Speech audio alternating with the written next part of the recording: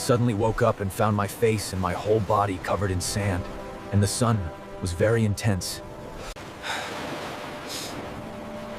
This was the first time I had experienced such a situation at sea.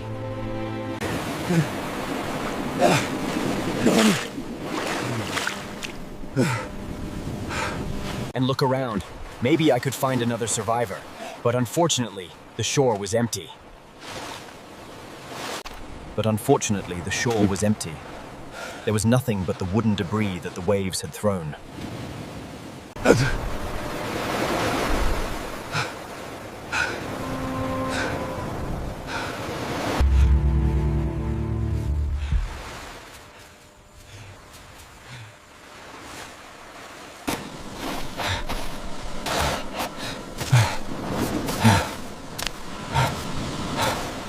And if I weren't in a hair-raising situation, I would have enjoyed the beauty of the scene.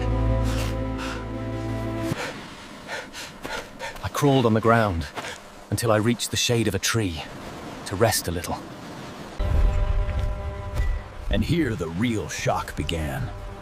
Strange creatures appeared before me. They looked like women, but of an unnatural kind. I thought I was hallucinating from fatigue and dehydration. Human bodies, but the features of cats and tigers. Their faces half human, half cat. One of them, who looked like the leader, approached. And they carried bone spears and surrounded me. She sniffed my scent like a cat, spoke a strange language.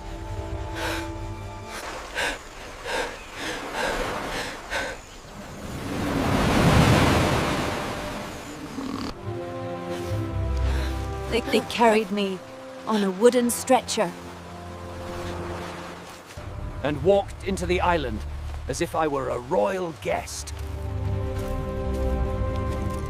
They kept walking with me for a long distance.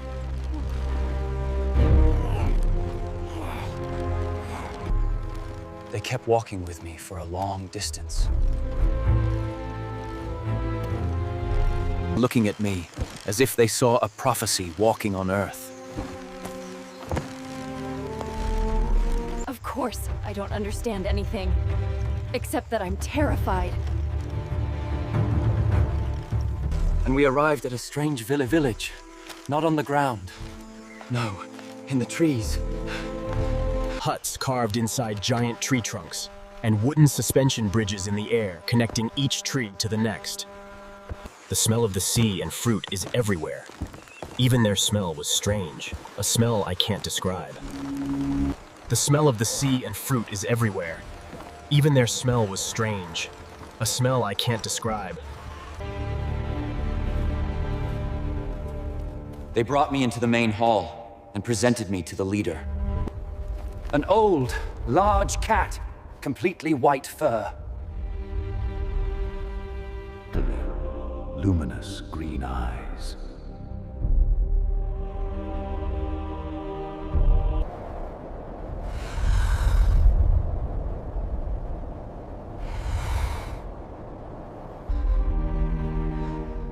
She looked at me for a long time. Silent.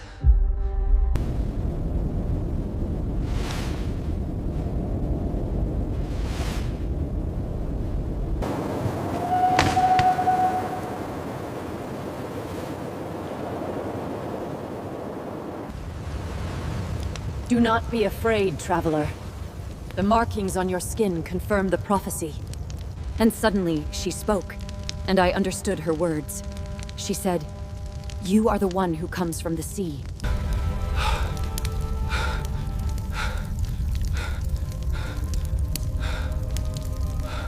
A person emerging from the ocean. Just like me. Just like what happened. And she said that a prophecy awaits me, and that its mark is on my body. And she pointed to the tiger drawing that I...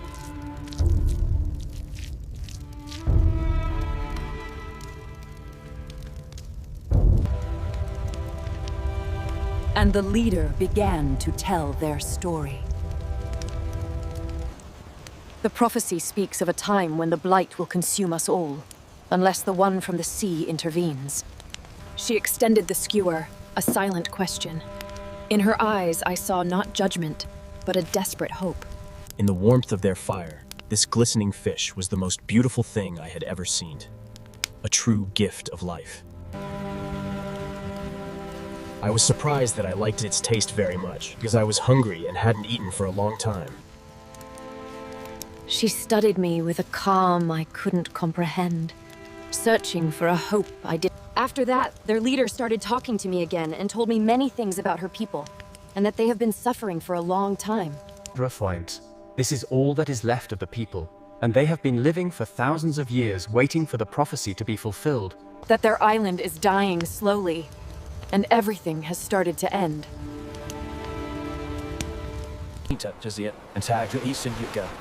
And she showed me a very large part of the island that is truly blighted, and that the water is getting more and more polluted over time, and the fish are also dying. And all the trees and plants in it are dead, and there is no form of life in it.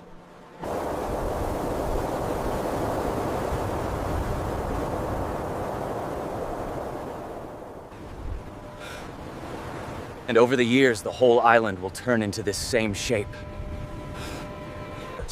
And she confirmed that the prophecy says that the person who comes from the heart of the ocean is the only one who can.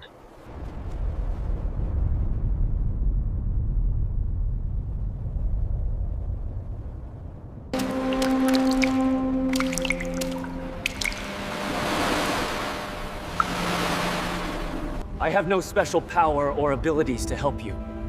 I'm just an ordinary sailor, trying to make a living. I need the power.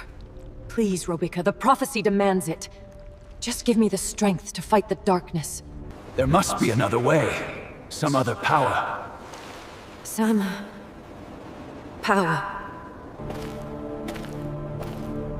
I am Sha'ada. I know you don't believe the prophecy. And it is not important for you to have any supernatural power to help us.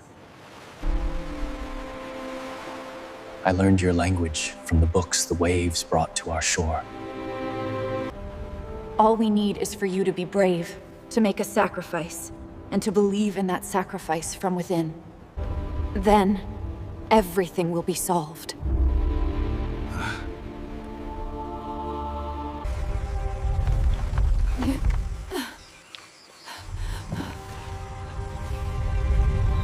I asked her, what happens if I decide to leave? If I don't want to help you, then all the daughters of the moon will die. Our tribe will disappear completely before the next full moon.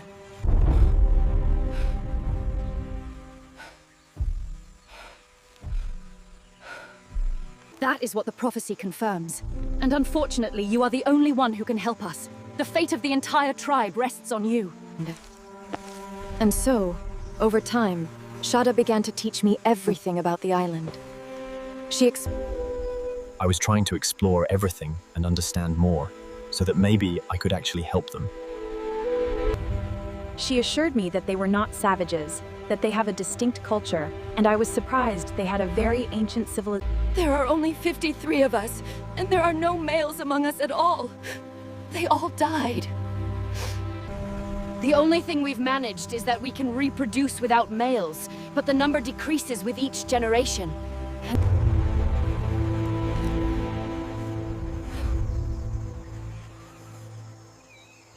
The blight creeps closer every day, sailor. Soon this beauty will be gone, and we along with it. The sad voice she spoke with. I felt for her. My heart was truly affected by everything I heard and saw from them. The trees look different, and even the fruits and vegetables look different. I admitted to her that their world is very beautiful, like a paradise. I saw very strange things on their island that I could never have imagined existed. And before I could finish my words, Shu'ad cut me off. Our world was beautiful, but The trees look different, and even the fruits and vegetables look different. I admitted to her that their world is very beautiful, like a paradise. And she took me to the devastated area of the island, so I could see it up close, with my own eyes.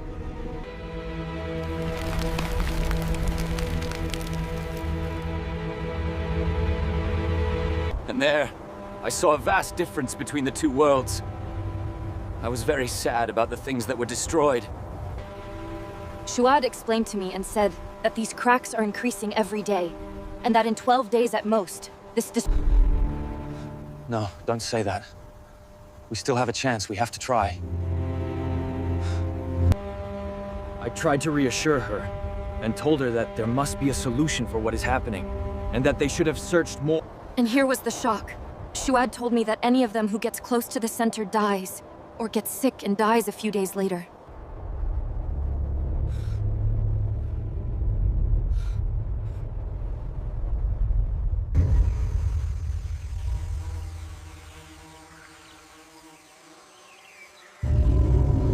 They told me no one could ever cross this line. That I, according to their prophecy, was the only one who could enter that place. I stared at the research center from a distance, terrified of the task they'd given me. I saw it, hey! A strange, terrifying shape. The mission felt impossible. I asked for Robica's permission, requesting that Sha'ada guide me closer. I needed to see the area for myself. I must insist on investigating the facility myself. I need your permission to proceed. Sha'ada insisted on accompanying me to the very edge of the territory she was allowed to enter. I found strange, and then I saw it, a sign in English. It belonged to a biological research center named Zeta. What does biological research mean? I tried to explain it simply. It's a type of experiment, I told her. They were the ones who created these creatures, hybrids of humans and animals. I realized then, the Moon Girls were not a natural species.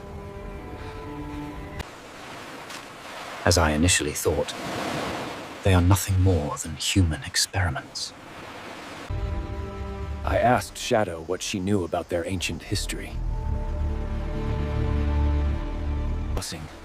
And that's when I was sure something was wrong, when she told me she knew nothing except that Grandmother Robica is the first mother, and that I understood they were created about 100 years ago, that humans made them through their experiments, and that something, or some toxic substance, has leaked from the facility, and with every passing period, the destruction grows more and more. But I kept all of this inside me, not wanting to admit it to them. That humans are the cause of all their problems, that the prophecy they believe it might just be distorted memories in their minds that they themselves invented. Such fragile beauty born from our mistakes. They worship the moon, but on this particular night, when I saw them dancing under the moonlight, I understood how conscious and Liam. And that's enough for them to preserve their lives. It doesn't matter what their origin is, because I kept thinking all night.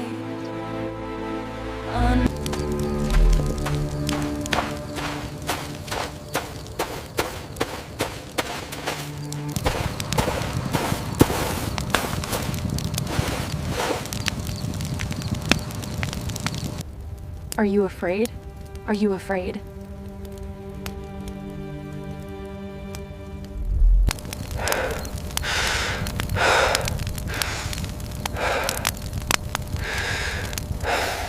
I will try to help you as much as I can. I have some knowledge of chemistry and mechanics. But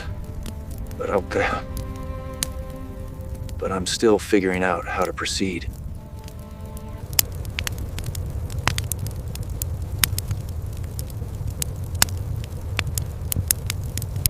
I know that this prophecy was written by my ancestors. They were certain that someone would come from the outside world.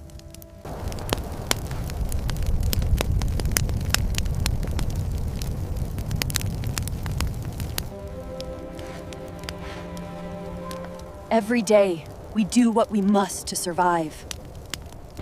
I will stay by your side. I will help you complete this mission. even if it costs me my life.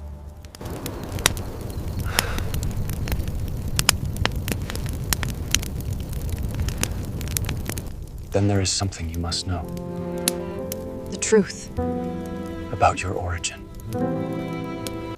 The burns on my skin, they weren't an accident. It was the weapon the clan leader mentioned.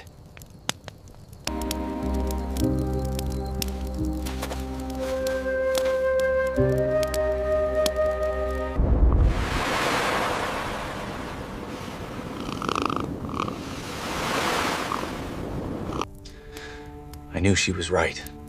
They still had a problem that had to be solved for their lives to continue.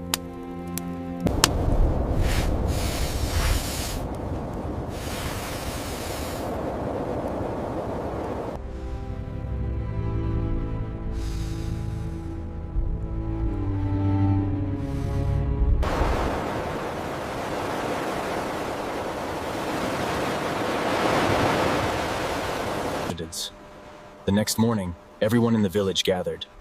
They prepared me to go and performed certain rituals on me.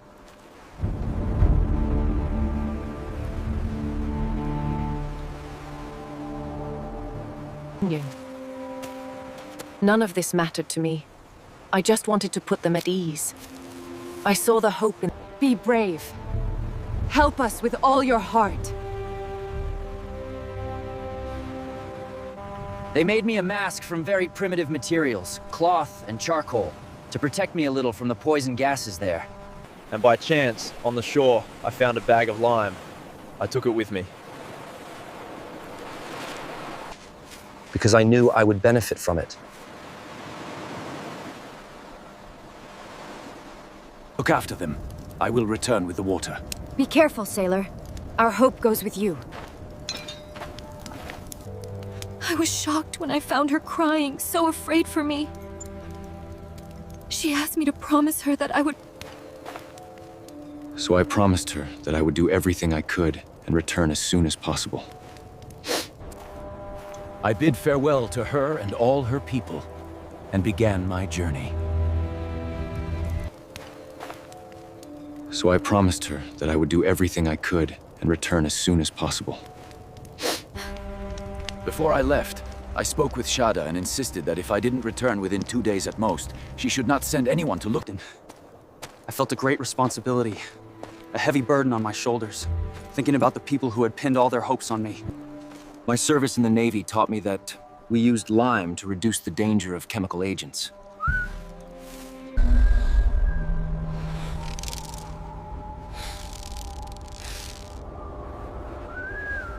I could see them standing, watching me from a distance, all of them filled with hope and fear at the same time.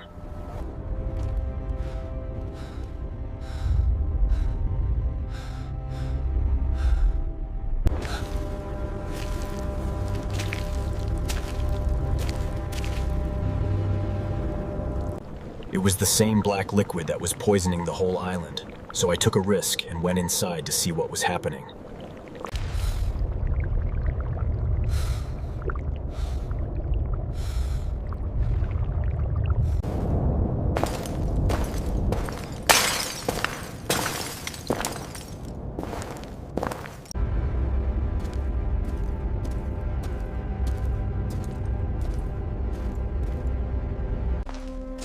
All my suspicions were confirmed. I realized this was a very old and abandoned laboratory.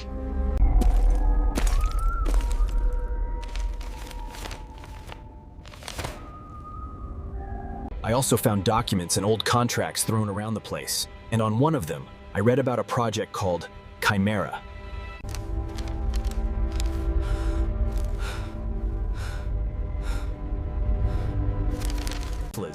I saw their first successful specimen, confined in a glass tank, with the scientist's photograph next to it, full of pry. I read everything in the research to understand more, and that's when the shock came. I discovered they were creating the... And when the war ended, they decided to stop the entire project, cancel it, and get rid of the specimens they had made. The poison dispersal system activated by mistake. All the scientists died, and no one could deactivate the device.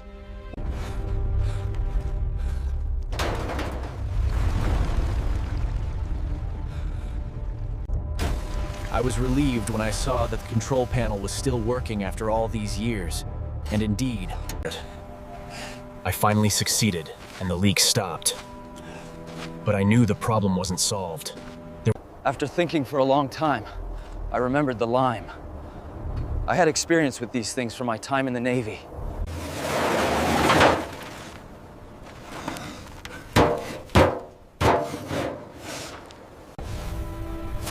I worked for several hours until sunset.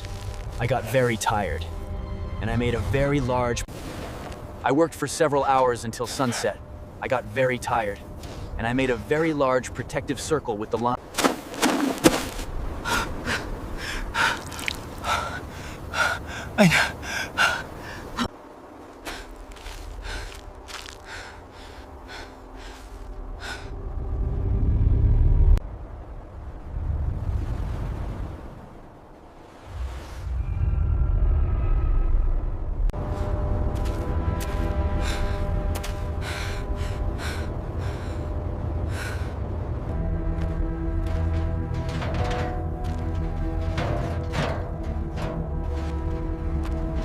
I was so exhausted I could only see yellow, the color of the rusted barrels.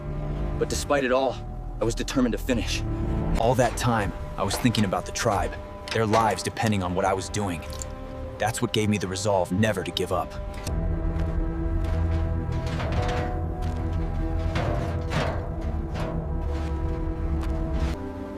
Everything began to mend. Overjoyed, I just cried. I knew it was just a matter of time before all these dead plants would return to life. I returned to them. There, I found them waiting for me on the ledge, impatient. I threw myself on the ground in front of them, so tired I couldn't stand on my feet.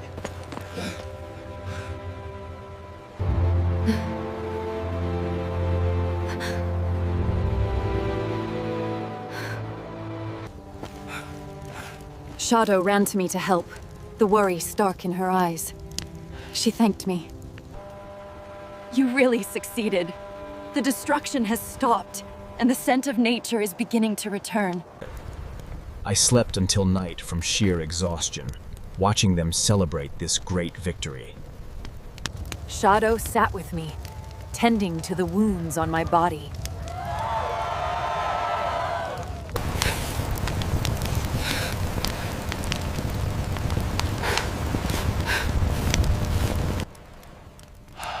We remained like that all night.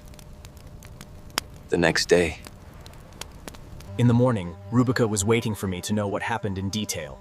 I told her what I did from the moment I arrived until I came back. Anything I couldn't explain, Shadow would translate. The strange thing is that they are the results of human experiments. Hybrids between Humans and animals. and all the problems. And the stranger thing is that they accepted the matter very normally, and no one among them was upset. They didn't care about their origin. They thanked me for everything I did, and I tried to explain to them that anyone in my place could have done this. And that there was nothing special about me at all. Despite everything I said, they still insisted that I am a great person. And that I came here specifically to help them, and that fate brought me together with them. And at that moment, Our prophecy has a second part. The Savior who solves our problem has the right to stay with us and be the father of our new generation. We must have a new father, or else within a few generations we will all...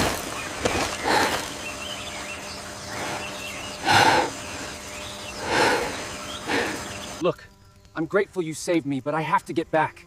I have a family. I don't belong here, no matter what the readings say. It was all so strange.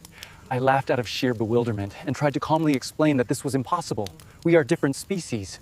After I finished speaking, Rubica showed me a paper she'd found on the shore some days ago. It was clearly from the documents in my stash. I spent 2 days mulling it over, helping them clean the camp.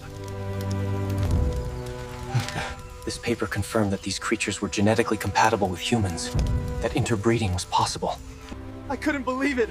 Overjoyed! I wanted to reach it at any cost. I started screaming, shouting for them.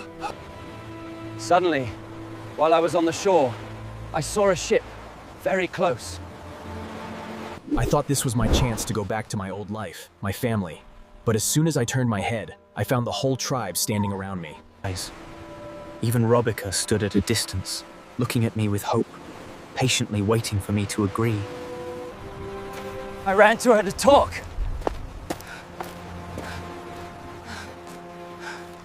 The ship, it's surely coming to look for you. I need to know, what is your decision? The problem was, I couldn't decide.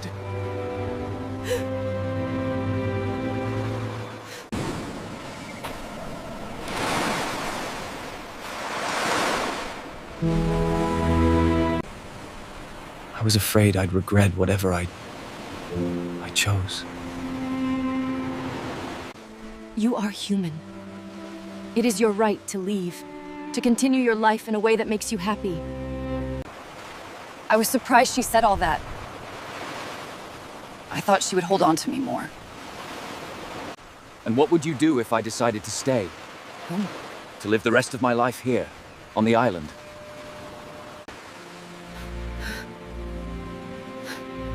You would be mad to do that. To choose to live on a primitive island, far from the whole world, with beings that are not even. Natural. You have the decision, the choice. You don't have to regret anything, because you've helped us.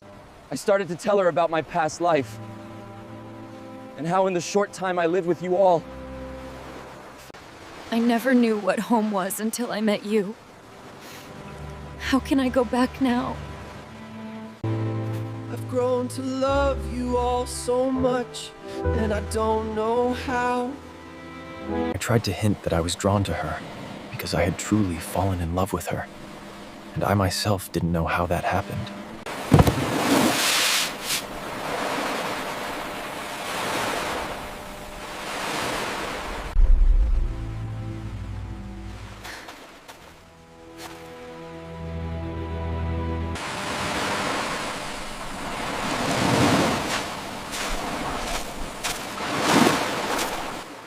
We're so glad you're alive.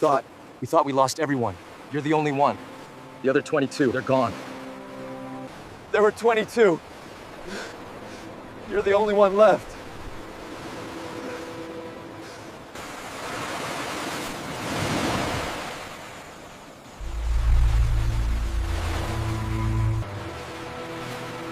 Wait for me here.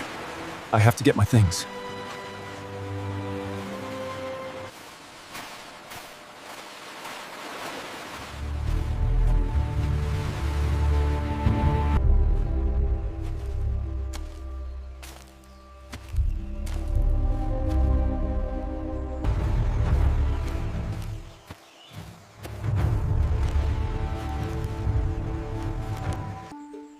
I will speak to you with complete honesty.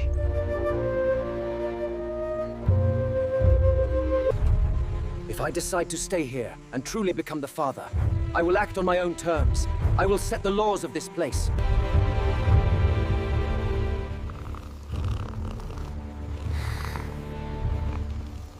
Look at it, Luna. So green. So oblivious. They have no idea.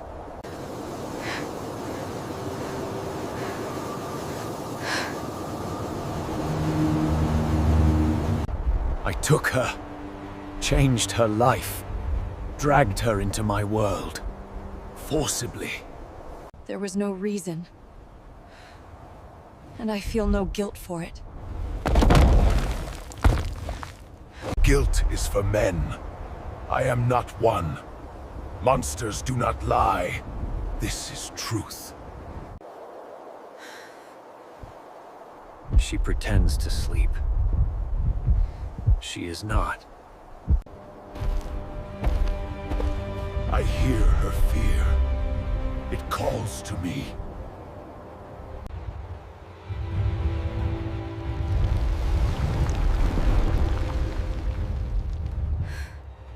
No.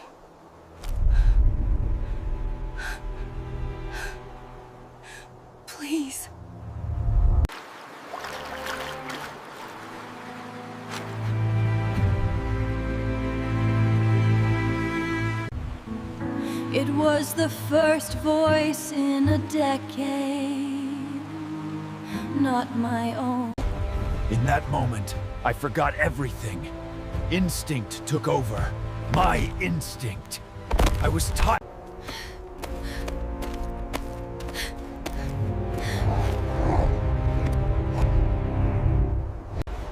This world is strange.